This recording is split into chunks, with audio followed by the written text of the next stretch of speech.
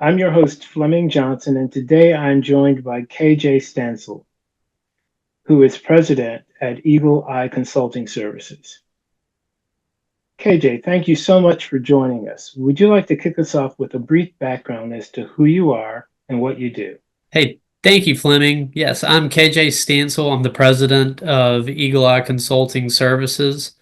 We are a government and public affairs firm based out of Raleigh, North Carolina. We work directly with the General Assembly on corporate strategy, funding for state initiatives, and bill policy throughout the state of North Carolina.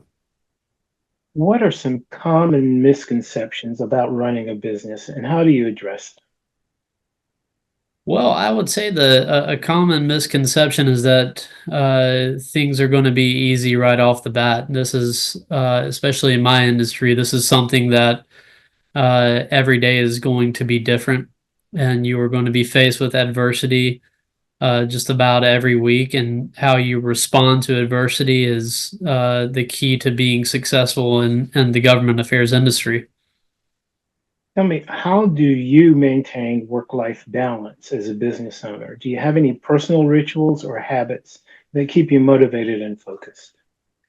Well, Fleming, I would say mine are very basic and somewhat boring. Finding a way to decompress is certainly important in any line of work. I do simple activities such as, taking my dog on a walk for a few miles after work, or going to the gym. But I also kind of start my day in silence and gathering my thoughts. That's been a huge part of my routine every morning.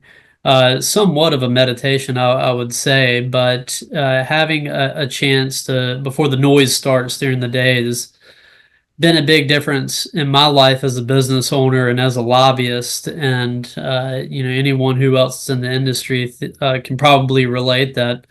It's a very noisy business. I mean, you're literally walking marble halls or crushed granite, as they debate constantly at the General Assembly.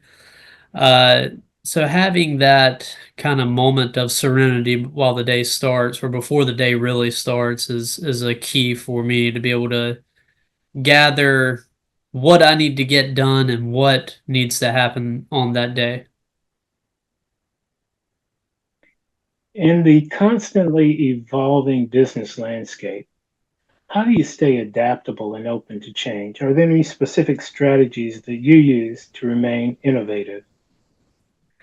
Well, again, I don't think it's necessarily a strategy. It's just having an open mind to what people in your industry are doing differently than yourself. And, one of the blessings and probably a curse as well is having the ability to try something new, whether that's a marketing plan or a strategy to get, a piece of legislation done.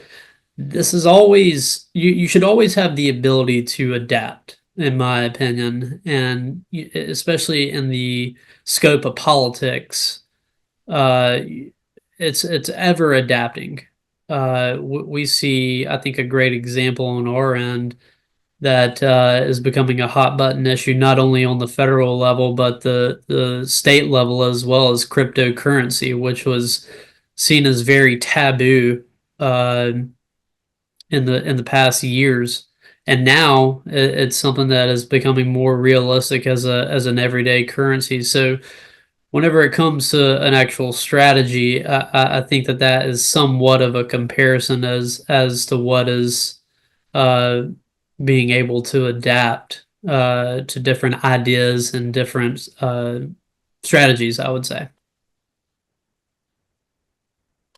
Very good. Could you offer a glimpse into your future plans and goals for your business? What do you envision for the next chapter of your entrepreneurial journey?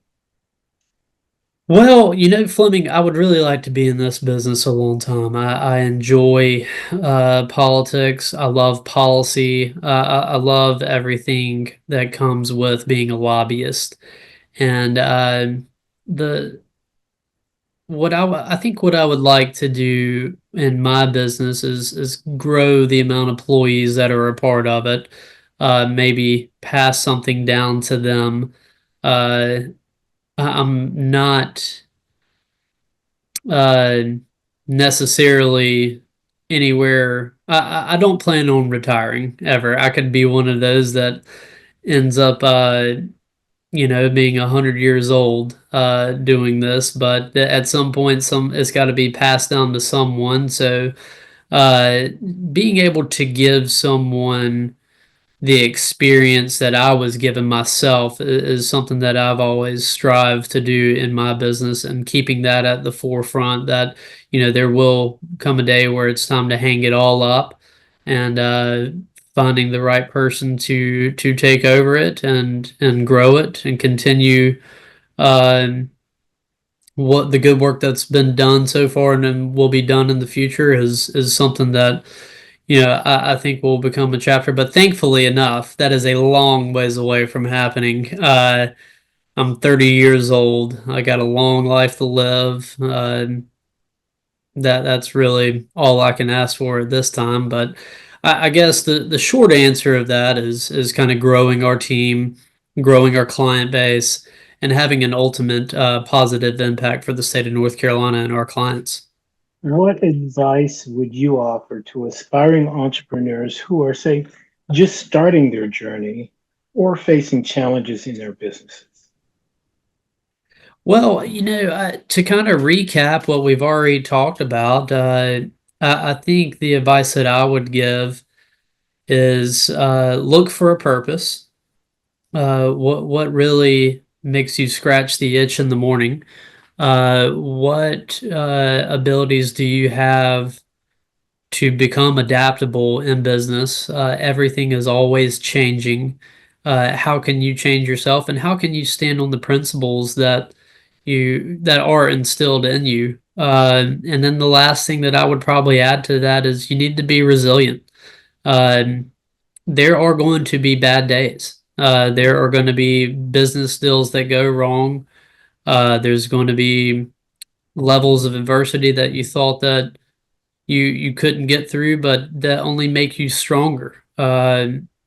You got to be able to, I guess, using a boxing term, you got to be able to take a hit and be able to get back up, because that's what makes you stronger, and that's what's going to make you tougher and a better off business owner in the future. Thank you so much for your time today, KJ. It was great meeting you and learning more about your entrepreneurial journey. Thanks, To, Fleming. Thanks for having me. to everyone watching, I look forward to seeing you in our next episode.